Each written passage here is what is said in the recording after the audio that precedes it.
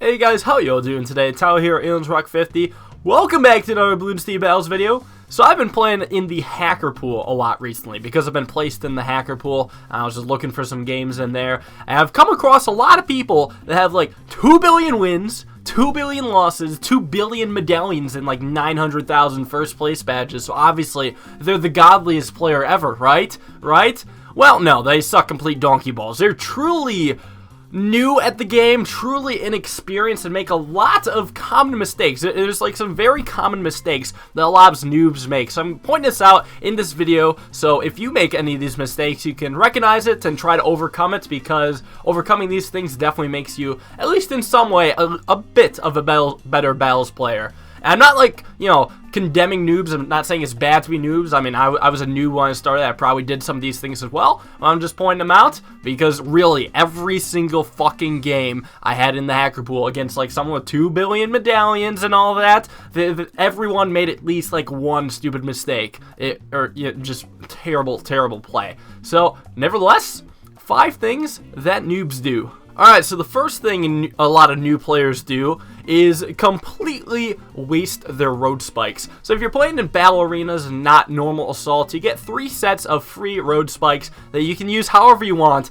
And a lot of people just like to stick them wherever the fuck they want, anywhere at the beginning of round 1, which is absolutely not what you want to do. Sometimes you don't even want to place them at the end of the track on round 1. But yeah, so there's like 2 problems with the road doing that. First off, if you're just placing at the end of the track, that's at least a little bit better than placing them anywhere. But some people will literally just place them like right where the balloons are, and they'll get a tower and place the road spike. So the tower could be popping the balloons. The tower would be perfectly handling the balloons all by itself. However, the road spikes are just soaking up the damage and doing absolutely nothing because the tower isn't even doing anything at that time. So you have to take into consideration what your tower can do, and just stalling the balloons from coming for like an extra 10 seconds at the start of round 1 is absolutely never worth it in any circumstance ever. You almost never want to spike the red balloons on round 1, even if you're going like heli pilots and you have to almost leak some lives through, at least on some maps. Just let your tower pop them, let your tower get in as many pops as possible, and don't be afraid to leak a couple lives.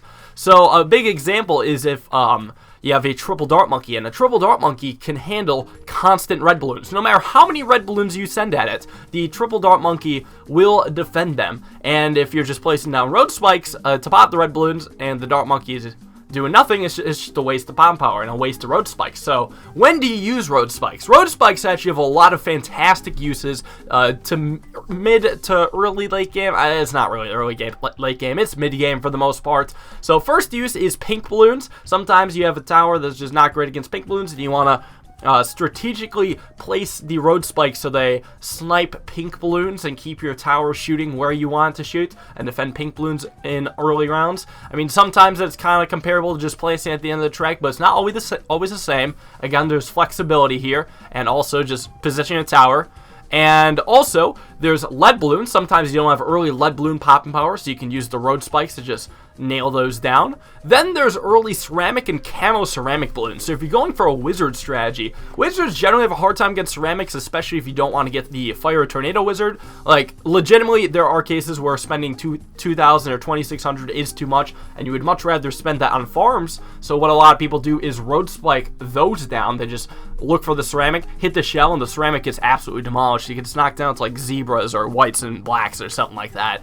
It's a pretty nice popping power. Extremely useful, if I say so myself. And then the final good use is up against a round 18 or 19 Moab. Against like dart monkey strategies, hell, even against wizard strategies, people send a Moab, people follow it up with grouped leads, and sometimes the Moab's hard to pop. And if you have all 3 of your road spikes, you can take out 3/5 of the Moab's health with those road spikes, which is super useful, because sometimes the hardest part about defending the Moab is just knocking off its big shells. That can be a real challenge. So dealing 60 out of 100 damage to that Moab from just road spikes alone that you get for free, yeah, that's pretty fucking good. So use your road spikes wisely. Don't just plop them down on round 1. Another big mistake that noobs do is a pretty obvious one, and that is never going for eco or farms in the entire game, or going like long periods of time in the early game where you just don't build up your money. And that can be actually a really big deal. So they'll just start placing down towers and try to save up for, like, I don't know, a Bloon Jitsu or high level Dartling gun or whatever the hell they think they're going for, right? And they won't sound out any balloons and they won't build any farms. Now the big thing about balloons and farms is that they're investments. You don't get money right away, but over the course of like even like 3 or 4 rounds, they start to pay themselves back, and it's kind of crazy how it happens. So a big problem round for a lot of new players is round 13, because that's when all the zebras, all the rainbows come out. And, you know, it's pretty hard to defend if you don't have the money for towers. And if you don't, you know, send any income balloons or get any farms, you will have approximately $8,000 to work with. 8,000 and 9,000, somewhere in between. You really won't have that much. You'll have very little amounts of money to defend this. So maybe you can afford Hydro Rock Pods if you're lucky. I think it's going to be close. It might be a 1-3, and it's even harder on shorter maps. But yeah, if you do that, you really just won't be able to afford much. However, if you're going farms, you can see there's like a huge difference in money you make. So look at this game here on Zen Garden. My opponent has about $8,000, $9,000 worth of defense on round 13, and I have about $7,000 worth of defense and another $7,000 in farms I can sell at any time, get cash money, and plus I'm having a steady income of bananas come in, so I'm getting more money over time too. It's crazy. Just by round 13, the farms already paid themselves off. I've almost twice as much, you know, just stuff as my opponent. Twice as much just money overall just by doing that. And even going eco isn't that bad. You just send out white balloons on round 2, blue balloons on round 4, green balloons on round 6, and a couple yellows on round 8. Maybe not anything on round 9, but then you start saving up for round 13 defense, and you can get like a good 600, 700, 750 income on some maps even. It's kind of crazy how it happens, and you'll just be getting so much money so much quicker. It is 100% worth it, and whenever I see anyone just not going eco, not going farms, I know they need to improve at least a little bit. Alright, so another thing a lot of noobs do is place all of their towers near the start of the track. Now this is bad for almost every single map except for tracks that the start is also pretty close to the end, such as maps in like Yin Yang. That's one that comes to mind. So on the official Ninja Kiwi Bloons TD Battles guide, the first thing they say to do is place a ninja at the start of the track, which is so bad. It's so terrible. I have no idea why Ninja Kiwi would publish a Bloons TD Battles guide with such terrible advice. So why is it so bad? So there's a big reason why you want your towers kind of further back along the track, because your opponent may rush you, and you want to actually see this rush coming. So if your opponent sends you regen rainbows on round 13, you want to know it's coming before it gets to your towers, so you have time to react. Now reacting could involve selling farms to maybe get an ability to buy more towers, or to like use a battle energy and build up some stuff. You need to see it coming, and you need to know the rushes ahead of, coming ahead of time. If your tower's at the start of the track, by the time you see the rush, it'll be like halfway past your towers, and if you try to do anything to defend, it'll be too late, and chances are, if you're new, you don't have the greatest micro either, so it's going to be really hard to salvage that situation. So where you want your towers is about 2/3, maybe 3/5, 3/4, somewhere in between there of the way around the map. Kind of near, but not completely at the back. Just so you have enough time, but you also just want to focus on good tower positioning as well. Like obviously placing your towers close to the track, focusing on like good lines, but that's a bit more of a complicated thing. Just generally 2/3 of the way along the track is where you want your towers, and that should give you enough time to defend pretty much every rush. Now, you may wonder, well, how do I know my towers are going to defend a rush if it takes so long for the balloons to actually get there? And that kind of comes with practice. You tend to learn over time what towers can defend what rushes, and that can really only be learned by actually just playing the game and losing a few times yourself. It's okay to lose, especially if you don't know what you're doing, but you take that loss and you learn from it.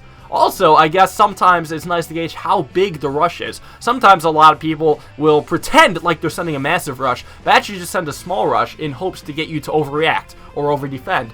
Sometimes you just want to be able to see that coming with the amount of time that it takes for the balloons to send.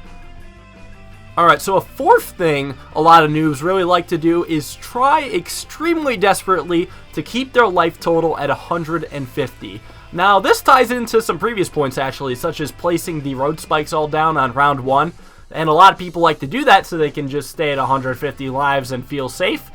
where, you know, you could also use those route spikes more effectively against a lead balloon, a ceramic balloon, or a Moab class balloon. It'd be more useful then. Another thing a lot of people like to do to try to keep 150 lives is using a battle energy when they definitely do not need to. They see balloons even touching their tower, making it to their tower, not even making it past it, but making it towards their tower and not stopped at the very beginning of the track. They'll press that battle energy button, and the battle energy should, the tower boost, it makes your tower shoot twice as fast, almost twice as fast, and gives them twice the pop power for a short amount of time. Those are specifically used for when you think you're going to die, not leak 4 lives. So you want to save those for like later games when you're in the panic areas of the game, like round 13, round 15, round 18 with the Moab, or even late game when you're trying to defend a bunch of ZOMGs. That's when you want the battle energies, not early on round 4. So you want to preserve those at, sometimes at the cost of leaking lives. Another thing a lot of people like to do is just place extra towers to defend, and no lives lost. And here's the thing, right? You want to be investing as much money into getting farms and or income in the early game as possible. So any money you're placing into the towers, you're not placing into your investments, which will hurt you in the long run. So, if you build a 3rd dart monkey for round 4 pinks, or you upgrade your heli pilot to like 1-0 or even 2-0 or 3-0, you'll be wasting a lot of money that you could be using on investments.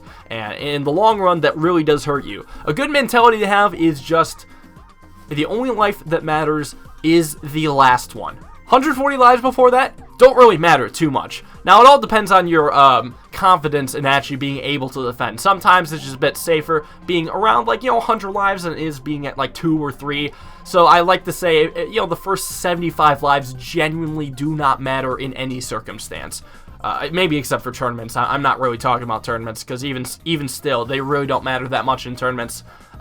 Unless it's like Boosted Bonanza. Anyways, I'm getting off topic. So yeah, the first 75 lives, even if you leak those, you will still be exceptionally safe. You will be incredibly safe with 75 lives. So generally, just saving your money, saving your road spikes, saving your battle energy is a lot more worth it in the long run than just trying to defend it and keep those 150 lives. It's also why a lot of noobs are scared of the attrition Cobra, because it can bring your life total down to 1. But you have to realize, by the time that they bring your life total to 1, you'll be in late game, and you never die by 1 life in late game. That very rarely happens unless you're extremely unlucky. I mean, yes, it does happen maybe 2 times out of your entire battle's career, but generally how you die in late game is a bunch of regrow rainbow balloons, bunch of Moabs, bunch of BFBs, bunch of ZOMGs, and all those take away much more than 150 lives. Hell, even 2 ceramics is 208 lives, I believe. So that's enough to kill you from any life total. So if you have 1 life or 150 lives, it generally doesn't matter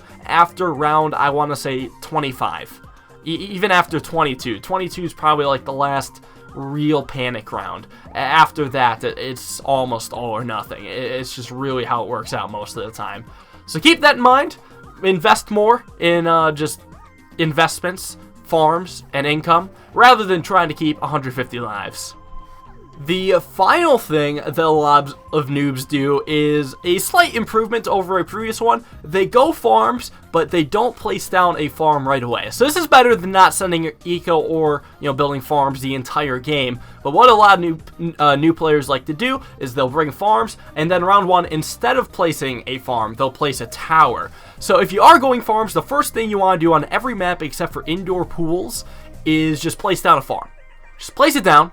Sometimes Ice Flow maybe is a little testy because it can fit 1 farm, but you place down the farm right away just so you can start getting money from it. I promise you, with almost every set of towers, except Super Monkey and Village, after placing the farm, you will still have the money to defend the red balloons that come out. All you need is a 0-1 Dart Monkey, or a 0-0 Wizard, or a 0-0 Heli Pilot, or a 0-0 Ninja. Hell, the Heli Pilot is even affordable after the farm and able to defend balloons on some longer maps. That's how crazy it is. You get that up, and then you get it to 1-0 by round 2, and you start getting the farm money that much earlier. And because getting money early is extremely important, because it snowballs snowballs into more and more money as you go on. If you have more money by round 2, then you'll have more money by round 6, and then you'll have even more money by round 10, and it just gets more and more extreme. So I promise you, you'll fend those round 1 red balloons. Even if you have to leak all 20 of them, you drop down to 130 lives, and as we learned earlier, you don't need 150 lives. It's not the biggest deal in the world.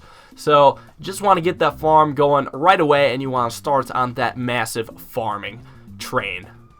Alright, so that's just about wrap things up. Hope you guys take this advice into consideration. Just trying to improve the general skill of at least the fucking hacker pool. Like, god damn. These are some pretty embarrassing games, to say the least. And hopefully, maybe you even learned a thing or two from it. Not all these were, like, perfectly intuitive. So, yeah, I try my best anyways.